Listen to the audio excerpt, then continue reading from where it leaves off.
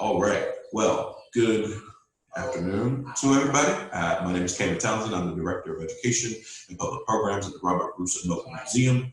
And here, as a part of our Moton interview series, we have Mr. Beau Dickenson, who is the Social Studies Supervisor for Rockingham County Public Schools. Welcome, Beau. We appreciate you joining us. Good morning. Glad to be here. Absolutely. We're certainly glad to have you. Would you mind just, I hope I got your title correct, would you mind just saying your name and title for our record as well? Sure. Beau Dickenson, and I'm the Social Studies Supervisor for Rockingham County Public Schools. Perfect. Got that right. Beau is a longtime friend and advocate of the museum, and we are lucky to have several partnerships with Beau and with Rockingham, which we'll talk a little bit about today, but certainly Beau can provide a ton of insight on very many topics. So hopefully this is as much I'll talk the whole time because I want that spotlight to stay on our interviewee. And so with that, we will go ahead and get started. So Beau, if you'll start by just tell us a little bit about yourself, a little bit about your background, and how'd you get into the field of education? Sure. Yeah, I grew up in this area actually, and as a young person, never thought I'd come back. I think all young people think that about their hometowns. I saw an interview with Bruce Springsteen recently where he said, you know, I wrote Born to Run, and I live 5 minutes from my hometown. So it's very true that everybody comes home eventually in some way, shape, or form. And for me, I guess I came home because I love the Central Valley. I love the outdoors. I love Shendo National Park. It's just a very beautiful, serene place with great people. And Harrisonburg is a town of great diversity. So with JMU and just the community that's here and the family that I have, the roots are very deep. So it drew me back. I would say one reason is that my uncle was an educator and a very noted one in our community schools, and became a leader in that community, was a great influence on me as a young person. And I think that drew me to education, his influence. His name was Carol Dickinson. And that's what I think drew me to this field. So, you know, as a young person and seeing a lot of history around me, which of course every community has its own history, but sometimes you neglect, you know, the way that you neglect your backyard and your hometown. Sometimes you can only think about getting away. I think I started to notice my backyard, notice the identity of the community and how that identity had historic roots, and also how it was evolving and changing. Harrisonburg not always was the most diverse place, and now is a very large immigrant population. It's become a home to refugees from places all across the world because of our Mennonite and Brethren outreach that is steeped in their faith, and they practice that through reaching out to people across the world. So that's really changed the city of Harrisonburg in a very, very positive and interesting way. So where'd you end up? So you said that, and I can share that sentiment of thinking you're going to be far away from home. I was like, oh yeah, I'll go to Louisiana or California or wherever, and I'm still at home as well. Left very briefly, but returned very quickly. Where'd you end up going to get your undergrad degree at? Yeah, I'm Virginia Tech Hokie. So I was in Blacksburg for 5 years, and a student taught in Salem Public Schools, Salem City Public Schools. And that was a great home for me to start out. But then my wife and I, we met in college and decided to move back here. She's actually also from Harrisonburg, so that made the decision very easy. So. But yeah, I loved Blacksburg and that community, and still love going back there. Yeah, that's also a great area. And so you get your undergraduate, and what level of history, or what was your concentration? Yes. Well, I got my undergrad in history and pursued a master's degree in curriculum and instruction, and that was a 5-year program overall plus a summer. and then came back here and worked as a teacher for a number of years, and then decided to pursue national board certification, which of all those endeavors, that was the most difficult one. And that's something that I'm very proud of. And that was probably the most that I grew as a professional. In fact, it was out of that project that I discovered the Moton story. It was doing some research for a lesson plan over a spring break, and was trying to do something for one of the portfolios for national boards. I was just researching on the internet and discovered this story that I had never been taught, and it's still am amazed that I was not taught as a young person, that I didn't know as a citizen of the Commonwealth of Virginia, that we played such a pivotal role in the civil rights movement, and particularly in education. To not know the Moton story, just it blew my mind. And to think that I had played a role in the keeping that story from young people because of my ignorance, and have since embraced that and really worked hard to make it a part of our curriculum here in Rockingham. Yeah, and you've done some excellent work there, and we have been very appreciative of that. And Beau is a champion of the Moton story, and telling local history, especially. And so tell us a little bit about, and again, I know this, but for the audience, what was some of your first interactions with Moton, and coming down to Moton Museum, and meeting folks who were caught up in the history? Tell us about some of those first experiences. Well, there's two stories. There's one as a teacher, and then there's one in my current role as a supervisor. And both of them are unique in and of their own right. As a teacher, it was discovering that story when I was trying to become board certified, and really just going down the rabbit hole of reading about the story online. And that just so happened to be a year where we had a spring break. There wasn't a lot of snow, and so I had a week on my hands, and I actually I drove down to Farmville just on one day and spent the day there, and just did, kind of walking around the town, finding the different landmarks that I'd read about, finding First Baptist Church, finding, landmarks at Longwood in addition to the museum. And then finally, the museum, which was kind of the precursor to the current museum. And it only had select hours, and called and made arrangements to be there, and was able to just walk through, and there were no exhibits up. It was just the classrooms. It was like a school that had just closed. And it very much felt like the history was very much alive. That was just it felt like in the very recent past. And I guess it is in things. But that was my first experience, and that definitely was, looking back on my educational career of place-based education. That's probably one of the most powerful place-based experiences that I had, and I was very fortunate. And I can't remember who even the director was, or this was prior to Lacey Ward. I don't know who. I don't even know if that was the director. It might have just. But it was one then, because Lacey was the first. Oh, okay. Wow. So I don't know who it was, but they could tell that I was definitely taken, because I was watching a video. They had like a flat screen that they had set up on the stage, and it wasn't obviously the current video, but it was maybe it was the one, the Farmville story, the Richard Wormser movie, perhaps. But anyway, they brought a gentleman to meet me who works for, or at that time worked for, the county, or the Prince Edward County Schools, and he was one of the students who were affected by the school closures, and he shared his story with me in a very personal way. Something that was deeply personal to him, I'm sure, and me, a stranger.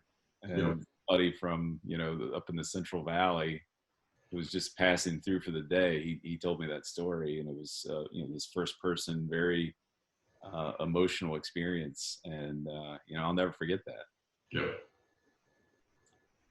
So that's my story as a teacher. Then I tried ever since then, going back, and probably spending more time than the SOL suggests teaching about the student walkout and all of the events that transpired subsequently. Not just the student walkout, but the closures, of course, for 5 years, the demonstrations over the summer of '63, the free schools, and then of course the reopening of schools, and of course the academy and massive resistance, and all of the stories. It's not just one, of course. So teaching that in my class as a history teacher, and then in 2013 the county created a position for curriculum leadership, and I became that person and was fortunate enough to play that role ever since. And what evolved into this project that we have was it was a community member. It was one of our it was a Rotary club. It was the Rockingham Rotary. The president of that for that year, this was probably 2013, she had invited Lacey to come and speak, and I was just, somebody reached out to me. I think it was my superintendent, said you ought to go to this. So I got up early that morning and went, this Rotary meeting started at the crack of dawn, and at a hotel in town. I think it was like 7 a.m. or something. And Lacey Ward was there, and Reverend Williams was there, and I believe Mrs. Joan Johns Cobbs was also there. And I'm sitting there at a table. I just walked in. I sat down and sat next to Joan Johns Cobbs, the younger sister of Barbara Johns. And I know this story intimately. And I'm trying to check myself a little bit. I know I'm going to, the inner history teacher in me really wants to just sit there and pepper her with questions all morning. And I'm just trying to be polite and make conversation while at the same time, take advantage of the situation and really get, her perspective of what life was like growing up in that household, and, being the sister of somebody that had such an incredible impact upon, not only the state of the Commonwealth of Virginia, but the nation at large. And I'll butt in real quick and just say, Joan is one of the sweetest ladies you will ever meet, but the first time you meet her is one of the most intimidating things imagined. It is so intimidating. It's like, oh my gosh. And you meet her and talk to her, it's like, oh my, okay, just relax. She's so sweet. But I remember following the first time having a conversation with her. I'm like, oh my gosh, can I stop my heart real quick? Because I'm too excited. But well, you make me feel better. No, we share on that, just because she's a champion of the story as well, of course, because it's so near and dear to her, and she's one of our biggest advocates. So just the first time I was like, oh my God, I'm Canaan as my hand is shaking, and also have to hide that urge to okay, don't ask her 500 questions that she's probably already heard before. I will wait when the time is right. Yeah. Yeah, she I've just been so I admire her so greatly. One, just because of the role she played as a young person, but also what she's done since, and really championing the story. She's come down every single year from New Jersey to be a part of our student program and see students present about this story. And she's done Zoom interviews and allowed kids to call her up out of her home and ask her the same questions that she's been asked probably 1,000 times. So where were you that day? So Right. And she answers it like it was the first time anybody asked. She's just such a wonderful person. So I just want to echo your sentiments. I really admire her. Yeah. And they're all super nice. It's just meeting living history. It's just history nerds like us probably. It's just like, oh my God, that's such and so and so. And all of our people our age, our peers, colleagues, who? Come on, you got to know that's such a so they're presenting at Rotary, and then so Joan said something to you that really stuck out. Was it Joan or? It was, yeah. So it was. Now that Rotary evolved into then getting. It was Mrs. Speaks, Reverend Williams, and Joan and Lacey Lacey Ward, the director, the first executive director of the museum, to come back and be guest speakers for all of our high school students. So we have 4 high schools, and rather than ask them to do that 4 times, we did it twice, and we condensed 2 high schools together, all the upperclassmen into a single auditorium, and then we did that again in the afternoon, and they each told their story.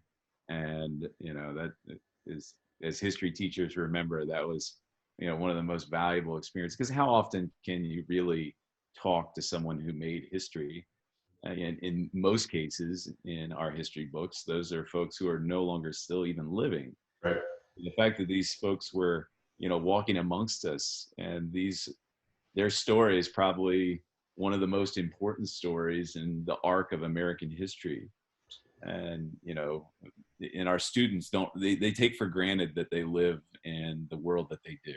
Absolutely. And they haven't, it's in our classrooms where we try to make that very real, that it was just in the not so distant past that Jim Crow was a reality in almost every community in the country in some way, shape, or form. So they present to the high schools, and then what happens after that? You get inspired. Yeah. So Joan and I are talking, and she said, "No, this was a very nice day," and they're about to get in the van to leave to drop back to Farmville, and no, it was actually over lunch. I'm sorry, it was in between the two, and we're just having conversations. She was telling stories about Vernon Johns, and all of us are just transfixed because we're hearing these first-person accounts. Right. Dr. King's predecessor, and who he was. And anyway, that to me was just that was an amazing experience in and of itself. But then she said, well, as nice as this is, you should really bring students to Farmville. It's one thing to hear it from me, but they need to walk the grounds where the events unfolded. The school is a museum now. You can go and tour it and be in the actual space where we were in 1951. And so we decided to not only organize a field trip, but to organize a field trip where the students play a pivotal role. And that kind of takes inspiration from the Moton story. I mean, the Moton story is about students, of the 5 cases, here's the one that is 1 secondary students and 2 students that weren't prompted by their parents. They were the ones that prompted their parents. So that idea of a student-led trip, we said to the kids, we're going to take you there, but this field trip is not going to be a passive experience the way often many field trips are, where it feels like innovative instruction because you're leaving the confines of the classroom. But in reality, you're just going to a place where somebody's going to lecture you the way that your teacher may be inclined to do in the 4 walls of a class. Right. So, and there's nothing wrong with a little bit of direct instruction, storytelling and so forth. I mean, that is part of what we do.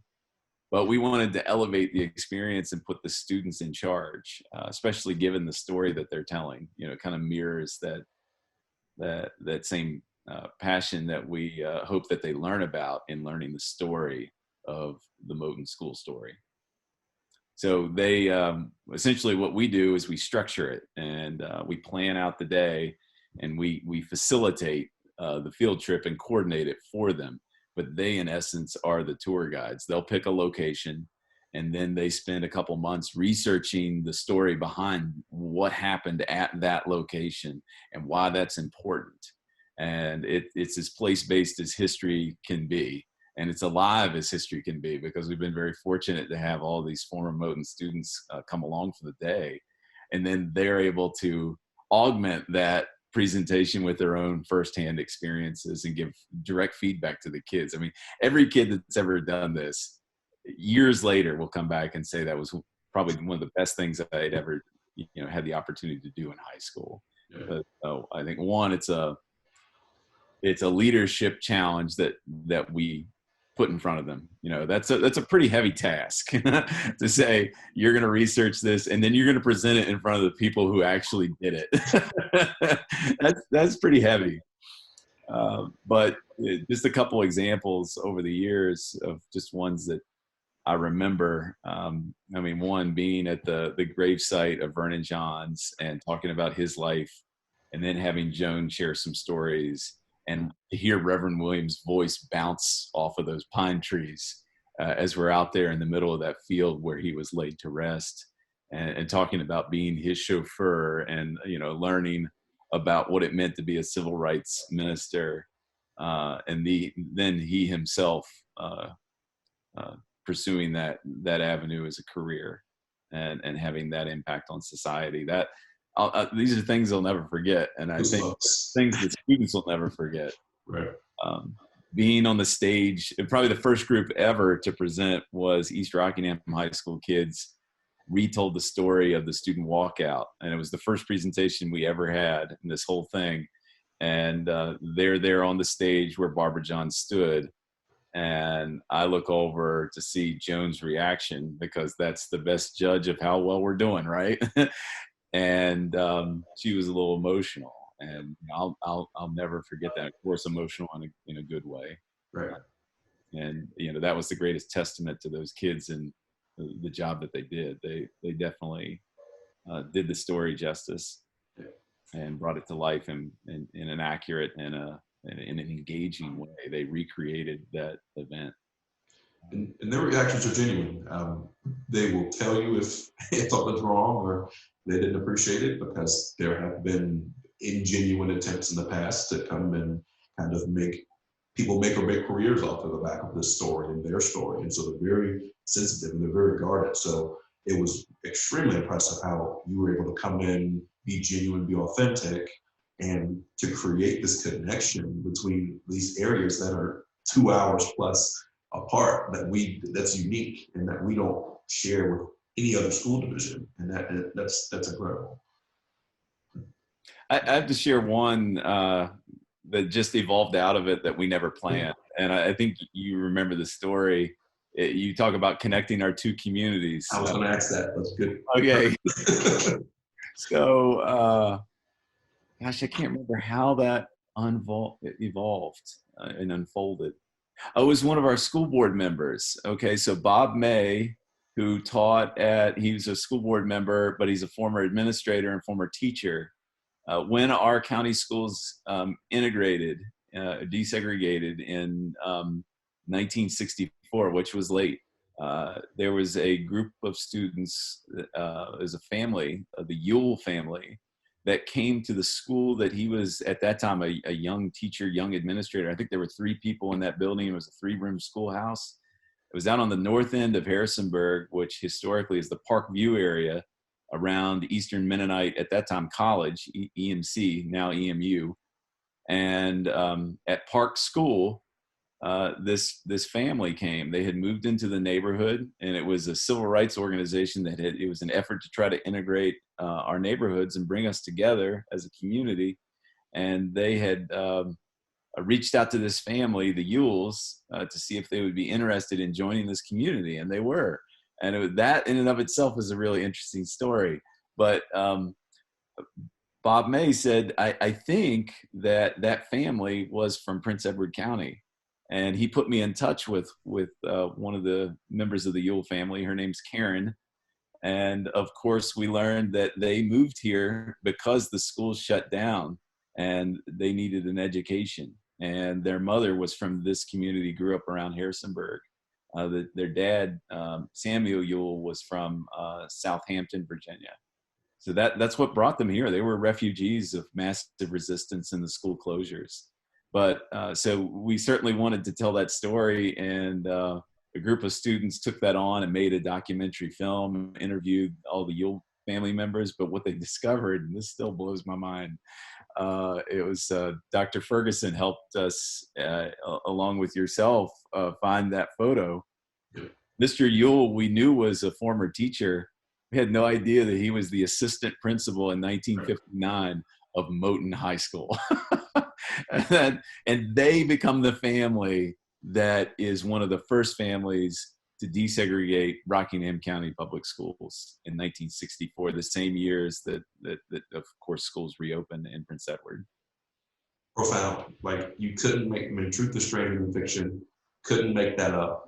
I'm trying to hide my goosebumps. I was like, yeah, like it's like the first time you told me about this. I was like, wow. I was like, you mean to tell me what? Like inadvertently, people who were misplaced by mass positions in Prince Edward County end up in Rockingham and accident just by happenstance end up desegregating schools. That like you couldn't make that kind of story. I know, and when I heard the kids phrase it the way they did, they said when we were in Farmville, they said it was closed doors here that forced them open in our community. That was just such a profound way to describe the ripple effect of the events that were perhaps in the moment very tragic, but forcing change elsewhere and eventually forcing change there as well. I call it 6 degrees of separation for Prince Edward County because you may not know anybody directly, but I guarantee you know somebody who knows somebody who knows somebody who was either impacted or, was impacted by somebody who was impacted. And so, yeah, that's powerful. And I think that, again, you've done a great job championing that effort. I know you're a humble person, so you're not going to take all the credit. But I think when I'm talking to other schools about this partnership and about forming partnerships with schools, I often say it starts with a really motivated teacher, right? You need somebody to kind of make inroads with, who's really passionate about it, who can champion that cause. And it's incredible what develops from that. So, I encourage other museums and folks to reach out to teachers, hold workshops, because you never know who, cast that net wide, you never know who's gonna come. And I think we have benefited greatly from our partnership with you and with Rockingham. So we do appreciate that. Oh, and yeah, that certainly goes both ways. There's a great deal of gratitude here and appreciation because you folks really bend over backwards for us and make this whole thing possible. I mean, it was when we had the idea for the student-led field trip, it was at that time, I think that he was just recently my student teacher the last year I taught. And very fortuitous that all of those things came together. But his name's Owen Longacre. And I like to say that he pushed me out of a job because he was so good I think he was so good as a student teacher that they created the position for me in supervision so that we could hire him. But he and I partnered on this, and actually that first trip down to Moton to meet with folks at the museum, it was Owen and myself, getting a hotel in Farmville the night before, and then just spending the next day absorbing the story. And I remember we toured the museum. We had gone out and we had found the gravesite of Vernon Johns. We had walked through town and done all that together. And then we came to the museum. It was a little bit late, so we thought we might get in an hour tour. But there was a gentleman there who volunteers, who I know still volunteers, and tied to the story himself. But Bob Hamlin gave our tour, and 3 hours later, it was like the most amazing 3-hour tour. I mean, it was so engaging, and we didn't even realize it was 3 hours had passed. They're like, "Oh my gosh, you guys closed up like an hour ago," But Bob was rolling, and we were loving it. It was amazing. I learned everything I know from Bob. I will always say to anybody, he's the best person we have. We're lucky that he still volunteers. Yeah, he's an amazing individual. I'll never forget when we were in one of the second to last gallery. He told us to take a few steps back, and then he's like, "That's where I sat as a student." Yep. So a very real story for him, of course, being he was the senior when the schools. He was a rising senior when the schools closed, right? Yep. Yeah, I can't imagine that. You've done everything right. You're about to graduate, and then you're like, okay, no school, right? And so he has a powerful story to tell. But that firsthand experience, I mean, there's no substitute, right? That's why we try to integrate storytellers into our museum experience as much as we can, bringing them out. But they're an aging population, so we have conversations here constantly about how do we preserve and protect and continue to integrate their stories, knowing that they physically may not be able to make it to the space as much as they used to in the past 10 years, 15 years. But ongoing conversations. But you mentioned a lot in your talk, and I wanted to ask one more question, and then you get a chance to share everything else that you would want to. And it's a little bit about your education history, philosophy, and I guess the question is sort of what kind of things, what kind of best practices do you find to be important in terms of social studies curriculum? Whether it be kind of, you mentioned place-based, whether it be project-based or maybe career-based, what are some important things to you in terms of best practice social studies education? Yeah, social studies is at a crossroads right now. The SOLs, which introduced accountability into the world of education. While accountability is an important thing in every job, I think it had probably the greatest unintended consequences in the social studies world, because when you have an assessment that is purely knowledge-based, that's going to push a lot of teachers into teaching history in a very just fact-based fashion. And I refuse to say that we do that, but I would say that we've been put in a very uncomfortable position where we have to do that and do the things that we know are best practice instruction.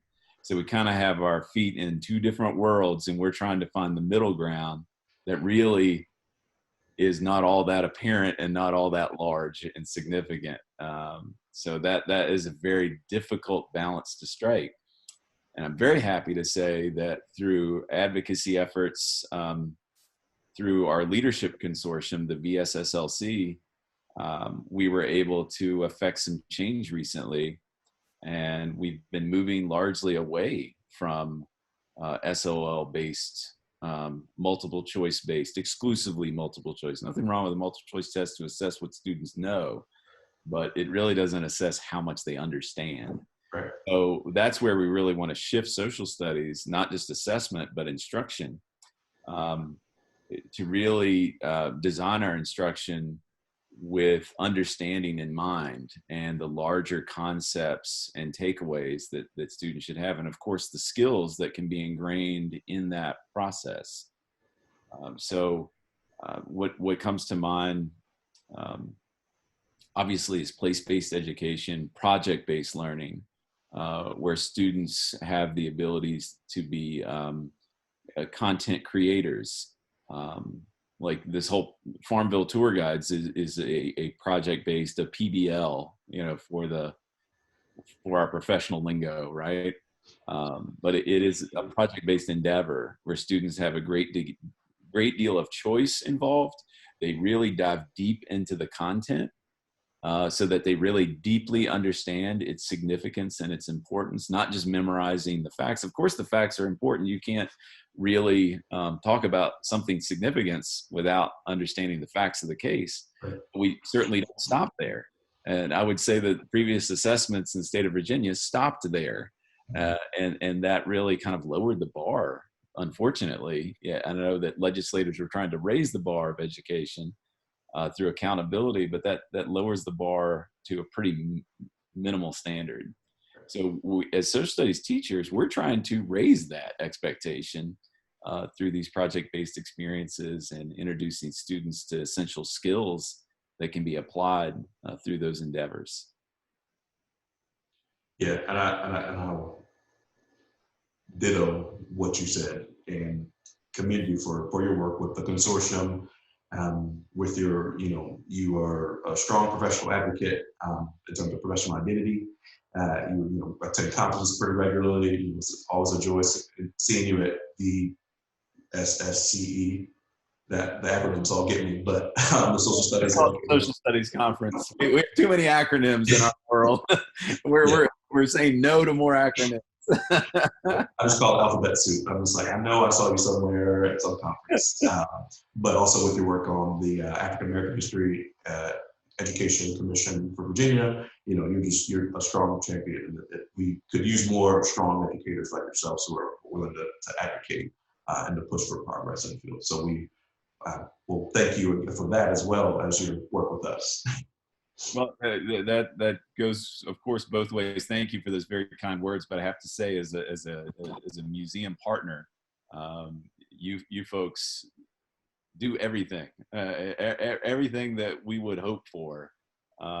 Your museum embodies it, and it's just one. The story is so compelling, but you could have a very traditional museum that just makes that story very static and doesn't really connect it to the place or interweave that local community story with the larger national story and really bring it to life the way that your museum does. And in your mission and your educational outreach, you practice what you preach. So you're not just, a museum, you're a living history place where students can come and learn in that same fashion. And there's never a school group that you guys would turn away. Just for the record, this was not planned. We thank you for your words, though, of course, but this was not planned. We're not just trying to gas each other up or anything. But yeah, no, we do appreciate it, and we future partnerships with schools. We are certainly, this kind of becomes our model, right? Like, how do we create this, right, in an authentic way? So yeah, I don't want to keep you for too much longer, but I do want to just give you a chance if there's anything else you want to share about your work or about partnership or anything like that. Just any kind of last thoughts? Yes, just anybody who's listening to this and you don't know the story and you're interested, highly encourage you to make a trip to explore it online under the current circumstances. But when the world returns to normal, make your way to the Moton Museum and spend a day because it'll take more than a day, but spend some time there and really immerse yourself in this story of truly what America hopes to become, because I think sometimes we're guilty of parading ourselves a bit in social studies. We want to raise citizens, but we want them to be informed citizens and know that the ideals of the country are worth fighting for, but they're yet to be realized in many ways. And that's the whole story of America. That's the whole challenge. And I think that's what makes the country unique. And I think it's a charge that goes out to students in many ways, mirrored by the events that transpired in that town, in that school, which is now a museum, that young people can, change the world and put their mark on history for the better.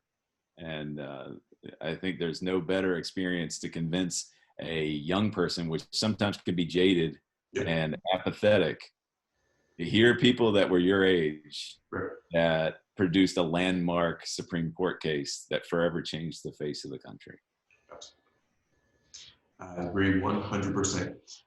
Beau, thank you so much for your time. How can people either hear more from you, or are you big on social media platforms, or do you have a blog, or if you want a podcast or anything like that? Now's a great time to shout any of that information out. Oh yeah, just Beau Dickenson, but I'm a BEAU. I'm one of those, not a BO. Beau Dickenson. So at Beau Dickenson on Twitter, and then of course you can find me in Rockingham County Public Schools. So my email there is bdickinson@rockingham.k12.va.us. Perfect. Well, Beau, thank you so much for your time. We appreciate it greatly. You got it. Anytime. I look forward to seeing you soon, my friend. Yes, hopefully we'll meet in person again when all this stuff is blown over in 3 to 12 months. I look forward to it. Thank you, sir. Hope you have a great one. You as well.